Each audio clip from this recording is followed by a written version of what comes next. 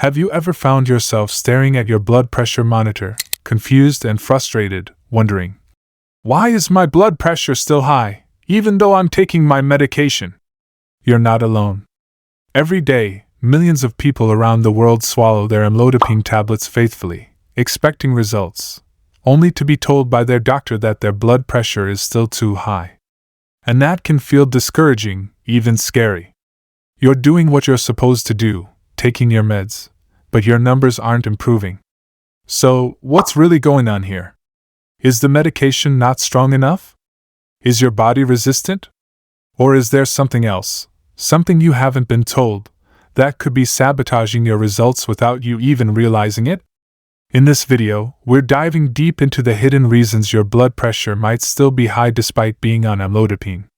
We'll explore the science, the real-world studies, and the everyday habits that could be interfering with your treatment, from things as simple as your morning routine to complex issues like medication resistance, dietary triggers, and even stress hormones. By the end of this video, you won't just understand why this is happening, you'll know exactly what to do about it. So if you're tired of feeling confused, worried, or helpless about your blood pressure, stay with us. What you're about to learn might just help you avoid a stroke, protect your heart, and take back control of your health. Just a quick reminder, this video is for educational purposes only, so do speak to your doctor if you have any medical concerns. With that said, let's jump in. Number 1. Salt sensitivity or excess sodium intake. You've been taking your blood pressure meds like clockwork, maybe even for weeks or months, but your numbers are still too high. You might be thinking, why isn't this working? Well, one sneaky culprit could be hiding in your meals: salt. Especially if you're someone who's salt sensitive. Now, not everyone reacts the same way to sodium. But here's the thing, research shows that up to half of people with high blood pressure are salt sensitive. And if you're older or of African descent, that percentage can be even higher. What that means is, your body may hold on to more water and tighten your blood vessels after eating salty foods, making your blood pressure shoot up, even while on amlodipine. Here's why that's a big deal. Amlodipine works by helping your blood vessels relax so that blood can flow more freely. But when you eat too much salt, your body goes into water retention mode.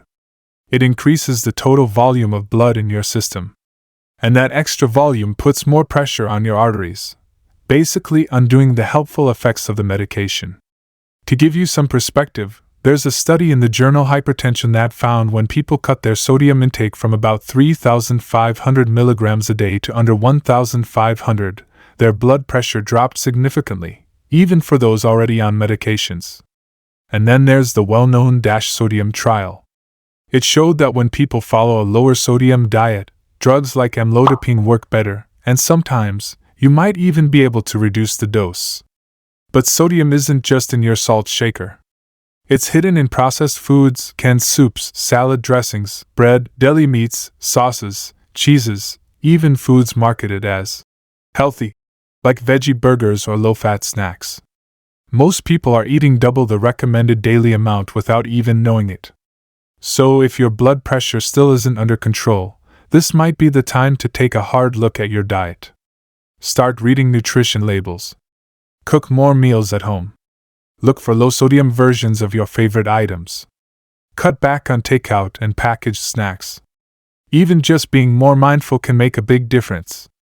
And here's a tip: drink more water to help flush excess salt from your system. Bottom line? Amlodipine isn't a miracle pill, and it can only do so much if your daily habits are constantly working against it. But the good news is, by adjusting your diet, you can give your medication the backup it needs, and finally get those blood pressure numbers moving in the right direction. Number 2. Drug interactions or underlying conditions interfering with amlodipine's effectiveness. You've been taking your amlodipine daily, doing your best to stick to the plan, yet your blood pressure is still high. You've checked your diet, your activity, even your sleep, but something's not adding up. It might be time to consider a less obvious explanation. Other medications you're taking, or a hidden medical condition, could be silently working against your treatment. Let's start with drug interactions. Amlodipine doesn't work in isolation. It has to share your body with other substances, and some of them may be undermining its effect. One common culprit is NSAIDs, medications like ibuprofen or naproxen, which many people use for everyday aches, arthritis, or inflammation. While they offer relief for pain, they can also cause your kidneys to hold on to sodium and water. That added fluid increases your blood volume, which raises your blood pressure, effectively making amlodipine's job much harder. But NSAIDs aren't the only problem. Decongestants, such as pseudoephedrine, which is found in many cold and allergy medications, work by tightening your blood vessels. That's the exact opposite of what amlodipine is trying to do. Even some antidepressants like venlafaxine, birth control pills, immunosuppressants such as cyclosporin, and herbal remedies like licorice or ginseng can raise your blood pressure or interfere with how amlodipine works in your body. Now let's shift focus to underlying health conditions. Sometimes, the issue isn't another drug, it's another disease. Take chronic kidney disease, for example. If your kidneys aren't functioning well, they may not be able to properly eliminate excess sodium and water. The result? More fluid in your bloodstream and more pressure on your arteries. Even amlodipine can't fully compensate for that. And then there's obstructive sleep apnea, a condition where your breathing pauses repeatedly during sleep, causing sudden drops in oxygen and repeated stress responses. These spikes in stress hormones can keep your blood pressure elevated all night and all day, even if you're taking your medication regularly. Research published in the Journal of Clinical Sleep Medicine found that treating sleep apnea with CPAP therapy helped significantly lower blood pressure in patients whose readings had previously been resistant to medications like amlodipine. Number 3.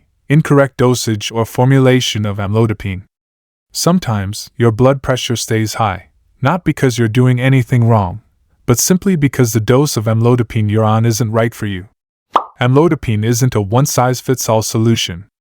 While many people start on 5 mg once a day, that's just the starting point. For some, it may take a higher dose, even up to 10 mg daily, to get real, lasting results. You could be taking it daily, just like your doctor said, but if your body needs more than what you're getting, you won't see the full effect. And that's not a failure on your part, it's just biology. Some people process medications differently.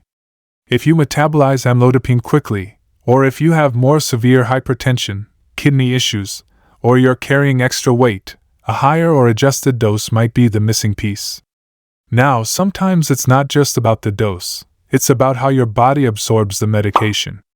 Amlodipine is designed to release slowly over 24 hours, but if your system isn't absorbing it well, whether due to other medications, gut issues, or inconsistent timing, the effects can wear off too soon. Even things like taking the pill at different times of the day can affect how steady your blood pressure stays. And what about combination pills? Many people take amlodipine together with medications like valsartan or benazepril in one pill.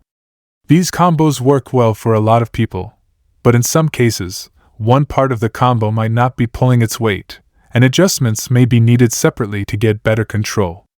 There's research to back this up. A study published in the Journal of Clinical Hypertension found that patients on lower than recommended doses of amlodipine had significantly worse blood pressure control. But once their dose was increased, under supervision, their results improved without a major rise in side effects. It shows that titrating the dose to fit the person, not the average, really matters. So what can you do? If your blood pressure hasn't improved after a few weeks on amlodipine, don't wait and hope it gets better on its own. Talk to your doctor about the dose. Ask whether it's time to increase it, or consider a different combination that better suits your needs. In the end, remember this: being on the right dose can make all the difference. You're not stuck, there are options, and a better controlled blood pressure may just be one adjustment away. Number 4. Fluid retention or edema masking the medication's effects. Another often overlooked reason why your blood pressure might still be high, even when you're faithfully taking amlodipine, is fluid retention or swelling, what doctors call edema. And here's the ironic twist: amlodipine itself can sometimes cause swelling in the lower legs or ankles as a side effect. But whether it's a side effect of the medication or due to something else going on in your body, excess fluid can interfere with how well amlodipine works, and actually hide the progress it's trying to make. So, let's break this down. Amlodipine works by relaxing and widening your blood vessels, making it easier for blood to flow through them. But imagine your bloodstream is overloaded with fluid. That's extra volume your heart has to push around. The more fluid there is, the harder your heart has to work, and the more pressure builds up inside your arteries, even if those arteries are technically more relaxed. In simple terms, it's like trying to unclog a traffic jam by widening the highway, but still allowing more and more cars onto the road. The congestion doesn't improve. In the same way, the fluid volume overload cancels out the relaxing effect amlodipine is trying to create. Now, where does all that extra fluid come from?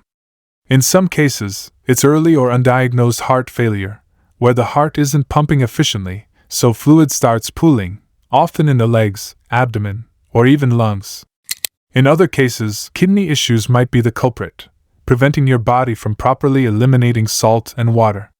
Eating too much salt, especially from processed foods or restaurant meals, can also sneakily contribute. And as mentioned earlier, amlodipine itself can widen small blood vessels so much that fluid leaks into surrounding tissues, especially in the ankles and feet. So how would you know this is happening?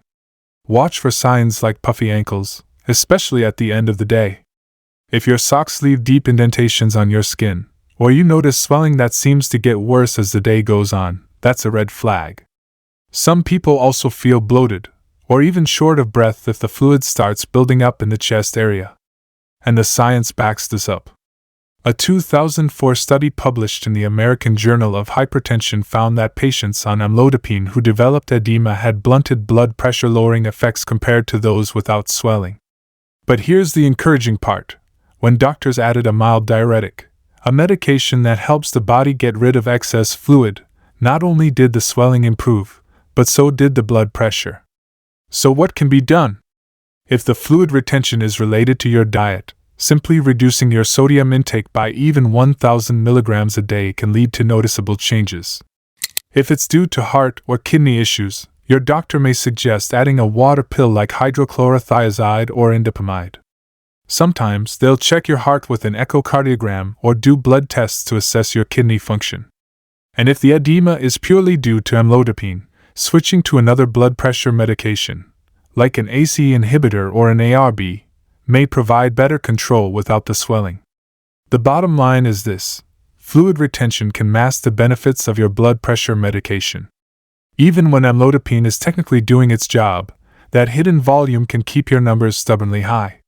But once the excess fluid is addressed, the results can be dramatic. Lastly, medication non-adherence. One of the most common and surprisingly underrecognized reasons your blood pressure might still be high, even though you're taking amlodipine, is that the medication isn't being taken exactly as prescribed. Now, this isn't just about completely skipping your pills for days. Even small lapses like taking it at different times or occasionally forgetting a dose can make a big difference. Amlodipine is a long-acting medication designed to maintain a steady effect over 24 hours. If that schedule is disrupted, its ability to keep your blood vessels relaxed starts to break down. You may feel perfectly fine and think skipping a pill once in a while won't matter. But the truth is, even one missed dose can allow your blood vessels to tighten again, causing your blood pressure to climb right back up. And when this happens repeatedly, it not only reduces the overall effectiveness of the drug, but it also increases your long-term risk for serious complications like strokes, heart attacks, and kidney damage. This isn't just theory, it's backed by real-world data. A large 2017 meta-analysis published in PLOS I looked at more than 12,600 patients with high blood pressure and found that nearly 45% of them weren't taking their medications consistently. But what's even more eye-opening is that among patients whose blood pressure remained uncontrolled, over 80% were not fully adherent to their medication. That's right. In the majority of cases where blood pressure was still high, the issue wasn't that the drugs weren't working. It was that people simply weren't taking them regularly enough for them to work. And this problem isn't just limited to high-income countries. In Ghana, a study found that about 2/3 of patients on blood pressure medication were not taking it regularly, with reasons ranging from forgetfulness, and side effects to cost and the belief that they didn't need it if they were feeling okay. A similar study in Nigeria reported a staggering 91% non-adherence rate, with many patients turning to herbal remedies or stopping their meds entirely once they felt better. Why does this happen so often? There are many reasons. Some people forget, especially if they're juggling multiple medications. Others worry about side effects or believe the medication isn't doing enough.